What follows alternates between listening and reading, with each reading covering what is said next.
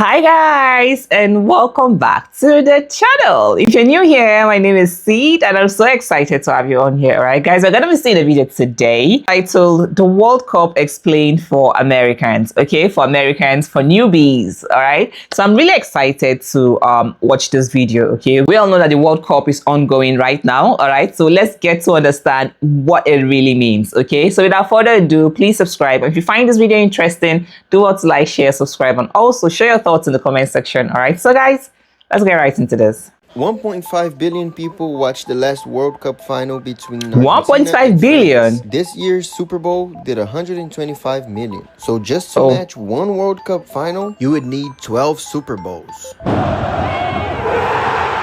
And with the next World Cup being hosted by the US, I think it's the perfect time for me to explain how the World Cup works. Because if you didn't let's get to it. Soccer, it could get a little confusing. Countries, groups, qualifiers, knockout rounds, extra time, penalty shootouts, people crying in the stands like their life depends on it. Allow me to explain. The easiest way to explain it is to think about the Olympics. Countries competing, flags everywhere, national pride, and the whole world watching. But instead of competing in many different sports, it's all about one sport. And that sport happens to be the most popular one in the world. Soccer. Or football outside the US. And there's a reason why soccer is considered the global sport. It has fans everywhere, in the big cities, the tiny towns, the rich countries, the poor countries. Whether people like to watch or to play.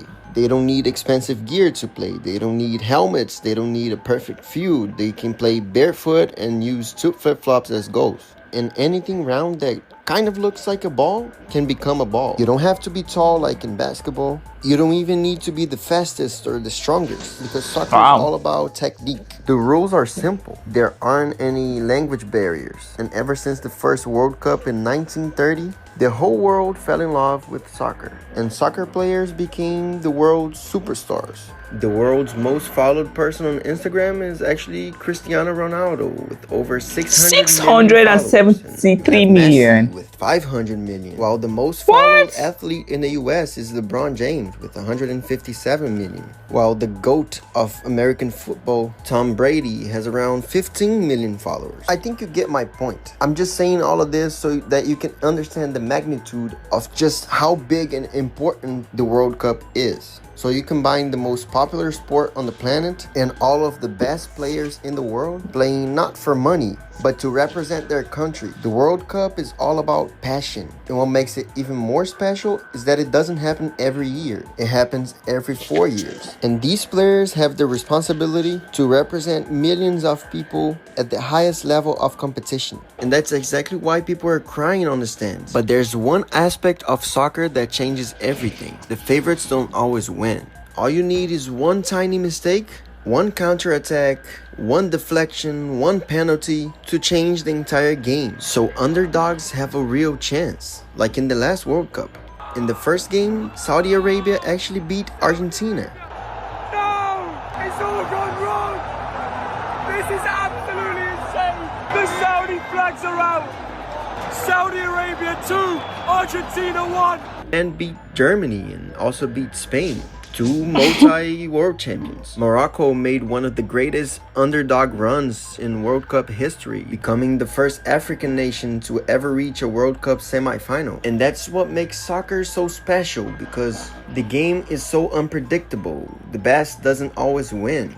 Combine that with representing your country, you get the World Cup. So in 2026, the World Cup will be hosted in the US, Mexico, and Canada. 48 national teams and about 104 matches. The host country is automatically qualified for the World Cup. So the US, Mexico, and Canada have a guaranteed spot, while everyone else has to earn their place through qualifying rounds. And in soccer, the world is split into 6 confederations: Europe, Africa, Asia, North Central America, South America, and Oceania. So between every 4 years when we have the World Cup, these countries play against the other countries inside their region. By the way, this is going to be the biggest World Cup so far because this is the first time we're going to have 48 teams in total. Until the last World Cup, we had 32 teams. And these are the countries that have qualified. In 2026, the World Cup starts with 12 groups of 4 teams. And each team plays 3 group stage matches. So the US will play Paraguay, Australia, and Turkey. And I think the US is going to be first in that group, but only if it can beat Turkey. So every win, you get 3 points. If you have a draw, each team gets 1 point. And if you lose, of course, you get 0 points. So if the US wins all 3 games, they're gonna have 9 points, and whoever has the most points are gonna be higher up on the table, and the 2 best teams of each group will qualify for the knockout matches, basically the playoffs. However, this year you're also gonna have the 8 best third place teams also move on. Remember I said FIFA increased the number of teams that are participating? And that's why the group stage got a little bit more complicated to explain, and also we got 1 more knockout round. So that's why the top 2 teams move on, and also the 8 third best places are also gonna move on to the playoffs. How are they gonna decide the 8 third best?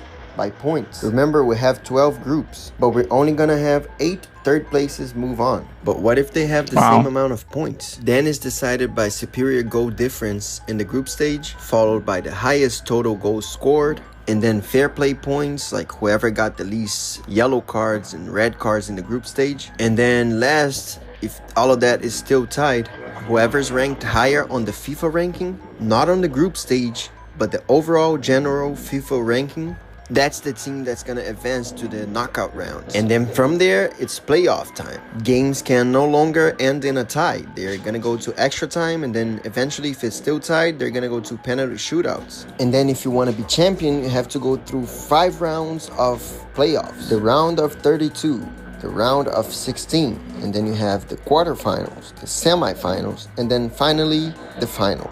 If you lose any of those games, you're out. You can be the best team of the entire tournament, but then you get to the final, you have 1 bad night, it's over. To me, the big favorites to win are either Spain, France, Brazil, England, Argentina, Germany, and even Portugal. But as I said, soccer is completely unpredictable. In 2018, Croatia made it to the final against France. So although it's hard, the US has a chance. And if you haven't watched that much soccer in your life, the World Cup is the perfect opportunity. Don't get caught up on the score. I know many Americans can't comprehend the fact that you watch a game for 90 minutes and it ends in a tie, sometimes 0-0. But soccer is not about scoring all the time like in the NBA. It's about being unpredictable and knowing that anyone can score or anything can happen, and the whole history of that game is changed. I know I'll be rooting for Brazil, but also for the US. And I can't wait for June 11th because every World Cup that I watch is engraved in my memory forever. It runs for a little bit more than a month,